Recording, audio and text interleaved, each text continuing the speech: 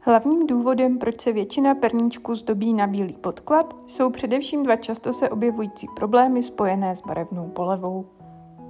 Prvním je, že barevná poleva dokáže prosáknout do ostatního zdobení a druhý problém souvisí s tím, že sytý barevný podklad bývá často velmi náročné namíchat. Mezi oblíbené odstíny podkladové polevy patří sytě červená, modrá a překvapivě i černá, kterou můžete vidět na tomto perníčku. Pokud na takovýto podklad budete zdobit například řidčí bílou polevou, tak počítejte s tím, že poleva pravděpodobně částečně nasákne podkladovou barvou. I když podklad necháte dostatečně zaschnout, tak zdobení světlejšími barvičkami je vždy trochu risk a potrápí i zkušené perníkářky.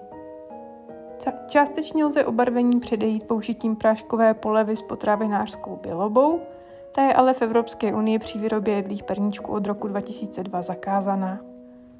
Druhý problém související s barevnou podkladovou polevou lze ale snadno vyřešit. V případě černé můžete použít buď velké množství černého barviva, nebo si vypomoci při míchání kakaa.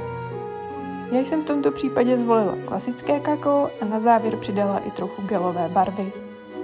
Ale pokud se rozhodnete pro černé kakao, tak barvivo možná ani potřebovat nebudete.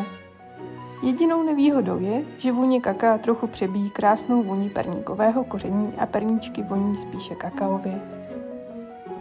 Barevný vzor je inspirovaný maďarskými lidovými motivy, ale je trošičku upravený podle mojí aktuální fantazie a přizpůsobený samozřejmě velikosti perníčku.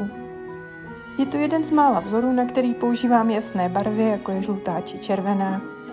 Nicméně díky sytým barvám se v tomto případě nemusíte bát, že vám černý podklad zdobení zašpiní. Přestože černá podkladová poleva barví o něco méně než zmiňovaná modrá či červená, bílé zdobení si i přesto raději nechávám nakonec. Až vám podkladová poleva dostatečně zaschne, stačí dokončit obrys srdíčka a volný prostor vyplnit mřížkovou krajkou.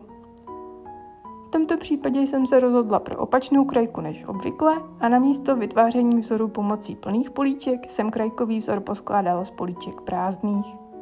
Tato varianta je určitě časově náročnější, ale vzor lépe vynikne.